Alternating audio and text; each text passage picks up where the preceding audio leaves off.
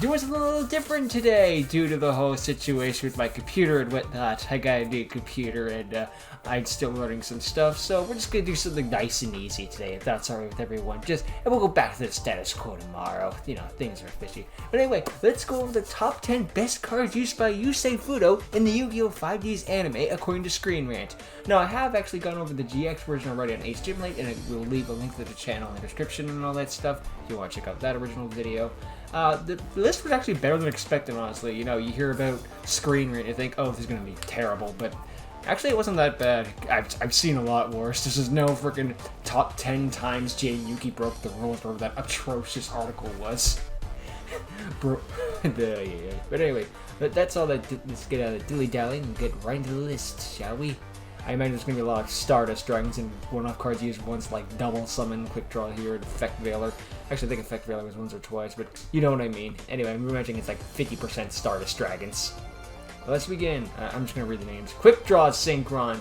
Okay, yeah, that's a pretty good card. It's mandatory in every frickin' Synchron deck, so it's been proved as useful time and time again. After all, it's the only way you're making Road Warrior. You're not making it legitimately. I mean, you can make it legitimately. I'm sure people have in the past, but it's the easiest way of making Quick Draw. No doubt about it. And it's the poster child. If they did not, this is their King of the Swamp, so to speak. If they did not have this, half of these monsters wouldn't be summonable. Not all, but half. I'm not reading the thing. I'm just Debris Dragon. I'm not clicking the link. Yeah, that one's good, but it's not as good as time went on. It was a level 4 tuner monster, which was rare back in the day. So of course they had to give it 500 hindrances, like it can revive monsters, but they can't sync with level 4, so therefore you can never make a level 8, which actually is more annoying than you think it would be. Debris Dragon can't make Stardust Dragon. Well, okay, it can make Stardust Dragon if you use like a 3 and a 1 or 2 2s, but it can't do it by just using a 4 and a 4 because that was considered too OP back in the day. Meanwhile, the rank 4 toolbox laughs at no level 4s. Oy. They did get past that pretty quickly, but it was still kind of rough time. And Debris Dragon actually, as time gets on, I think gets worse in my opinion. Not to say it's bad outright. I mean, it has its uses, no doubt about it. It's like I had like 3 dual analyses in a row, which unfortunately will be delayed until I can. Unfortunately, dual analysis I had planned had to get started over from scratch to the computer thing. But we're just gonna move on. I'll do what I can. Maybe there'll be 2 in April. Anyway, yeah, Debris Dragon, it's gotten a little worse with time, but I guess it's not a bad card outright, so I'll allow it. It's number 9 on the list. It's not taking number 1, after all. Okay, 8, Stardust Dragon. Stardust Dragon's only 8? What? Like, that's the one I also has kind of been power crit with time, but I figured this would be at least in the top 5, right? Like, because when you think Yu-Gi-Oh! 5Ds, Stardust Dragon's one of the first to come to mind. I mean, it's the poster child of Synchro Monster. I remember this thing being summoned in the duel with the keys versus Sherry. And then immediately got its back broken. It's got someone looking like its back was already broken. It was not looking forward to that summon. It knew what was coming. Oy. But yeah, I'm surprised with it. I mean, Stardust Dragon is one that's consistently good, just the card's gonna be destroyed. It's Victim Sanctuary. That's just always good. But I'm just surprised it's number 8. I mean, yeah, there are better monsters, but it's the poster child, you know? Yeah. It's not wrong or anything like that. It just feels weird. I mean, then again, it's in the top 10 at all. I guess you should be grateful for that. Imagine we went through this whole list and there was no Stardust Dragon. Now that would feel wrong. I don't know. Anyway, Starlight Road, the card that can summon Stardust Dragon. So the card that can summon Stardust Dragon is better than Stardust Dragon itself. Okay, granted, it is kind of funny how you destroy 2 or more cards on the field. It can just summon a Stardust Dragon, so you just get a free beat stick essentially, because you can't actually use. Well, you can use the Victim Sanctuary effect, but the dragon isn't coming back. So yeah, I mean it's useful in that regard. It's just funny to think that the card that summons Stardust Dragon is better than Stardust Dragon according to this list. I mean, again, it has usefulness when you like have Heavy Storm or Feather Duster or freaking Lightning Storm, I guess would be nowadays, and you just be like, thanks for the free monster, punk. But it's just funny to think about. I mean, although to be fair, setting a trap card is less work than summoning a level 8 Synchro, just by default. Anyway. Tuning! Yeah, no arguments here. It makes the Synchron archetype work. Did they just use the same... Okay, no, one is it being played and the other one is it being activated. It's just like, did you guys just really not have that much footage. And then again, I don't know how many times Yusei actually activates it in the anime. But yeah, it's especially nutty in the anime because, okay, so let's say I search Junk Synchron. Junk Synchron's level 3. I then must mill 3 cards from the top of my deck to the graveyard. What?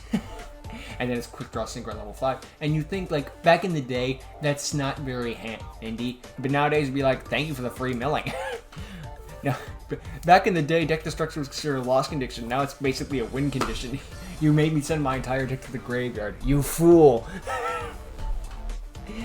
But yeah, tuning it makes the entire archetype work. It is their emergency call and stuff like that. If your archetype has a Rhoda, it is automatically a good card. This thing being, if anything, this thing should have been in the top 5 as well. But you know, it's in the top 6. That's close enough. You know, I'll agree with that one. No arguments there. If tuning wasn't on the list, again, that'd be weird. The best searcher in Yusei's deck, hands down, no doubt. Does he even have that many searches in his deck? It doesn't matter. Anyway, yeah, no doubt about it. 1 for 1. Yeah, 1 for 1's one that got better, and they got the alt art for it here. I think that was is it the new art, I want to say? No, it's the old one, I'm sorry. I know 1 for 1 got a new art recently. It's the one with Sonic Chick on the cover. That one's alright. I think I just have more nostalgia for the frickin' Samsara Lotus one. Which is weird, I don't know. Anyway, yeah. 1 for 1's an incredibly useful card that's just gotten better with time. Summon any level 1 monster to your deck at the cost of a discard of a monster specifically. It had to be a monster specifically, because if it was any other cards, I think it would be even more busted. It spent some time on the limited list, and just summoning a monster straight from your deck is always a handy card to have. Yeah, again, and sometimes you can set up more in the graveyard and whatnot. I don't know how I feel about the tuning one where it shows Junk Synchron. That one made more sense because it's like, okay, here's a tuner monster on your tuner searcher. I get that Sonic Chick is a level 1 monster and it's a Yusei Fudo card, I guess, technically, but it's still like, that's weird. Although still I prefer this than the frickin' reinforcing the army altars. Just give me Marauding Captain any day. Anyway, yeah, 1 for 1 number 5, I agree. Number 4, Formula Synchron, leading to one of the best summons in the entire series. Hands down. And then again, that's a very cold take. But yeah, Formula Synchron being used for Excel Synchro, it's just set up the entire freaking Excel Synchro mechanic and allowed them to do just crazy stuff. And it's been actually incredibly useful as time gets on. It just when Synchro summon, draw a card, which is actually going to be more useful than you'd think. As Gary showed in Hungry 7 Heritage Episode 1, I summon Formula Synchron with Hyper Librarian and Theo. Draw 2, desynchro, resynchro, draw 2. Desynchro, resynchro, draw 2. It's actually pretty nutty without that once per turn. The Excel Synchro is pretty dang handy, and Formula Synchron, while not as great as back in the day, it's still a pretty darn good card. It's hard to hate a card that says on summon, draw 1 card. Let's be real here. There are some cards in the game where just like, if you let me do this one thing, you can basically chop my arm off and you're fine. It's like that meme that Yu-Gi-Oh! Players will play it, at least I think I said it once. Yu-Gi-Oh! Players will play a card that says chop your arm off if it lets them draw 2 cards. That is how crazy we are about this game. And you know some people would do it. Anyway, number 3, Level Eater. It's so good it had to be banned. It was banned in link format. It was banned for an absolutely justified reason. There was no question that I didn't ever know it had a mouth before, to be honest. So I just thought it had no mouth. It had no mouth, but it must scream.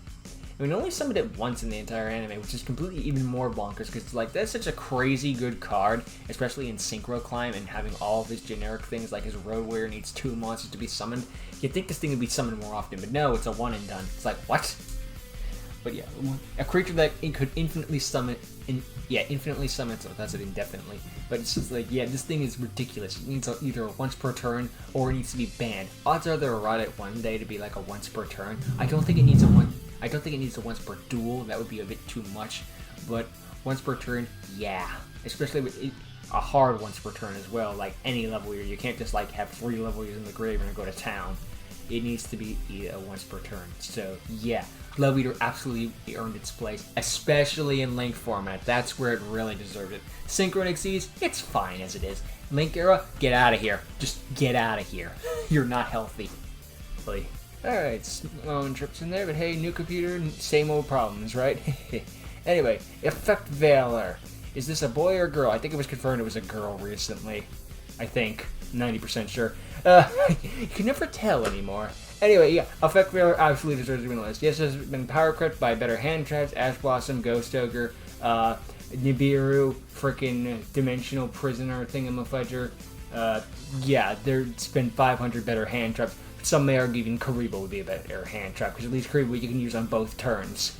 But yeah, Effect Veiler, even to this day, it's still a handy card. Even to this day, it's still used in decks, because just negating the effect is enough. Again, Yusei only used this thing once. It's one of those cards that's like, what do you mean you only used it once? It's good in, like, I see it all the time. Yeah, but it was only used once in the anime, and that's what matters. Yeah. Don't worry, it was no pot of greed scenario where it was used in, like, every GX duel until it was banned IRL. It's freaking just a nutty card that's... Effect Veiler is incredibly handy and deserves to be... Effect Veiler is one of those cards where you can just say, Effect Veiler, and you all are like, yeah, I get it. And number 2, yeah, deserved. But what could be number 1? Sure as heck ain't started. What's it going to be? Scrap Iron Scarecrow? I can see the argument for that being number 11, that's for sure. Number 1, no. Number 1, Shooting Quasar Dragon. Yeah, it's kind of expected. Honestly, surprised a little bit though, Shooting Star, but you know, what are you going to do? Quasar Dragon deserves its spot on the list, and it's ultimately a good card, I gotta say. It is the face of like like Ultimate Synchro Summoning or whatnot.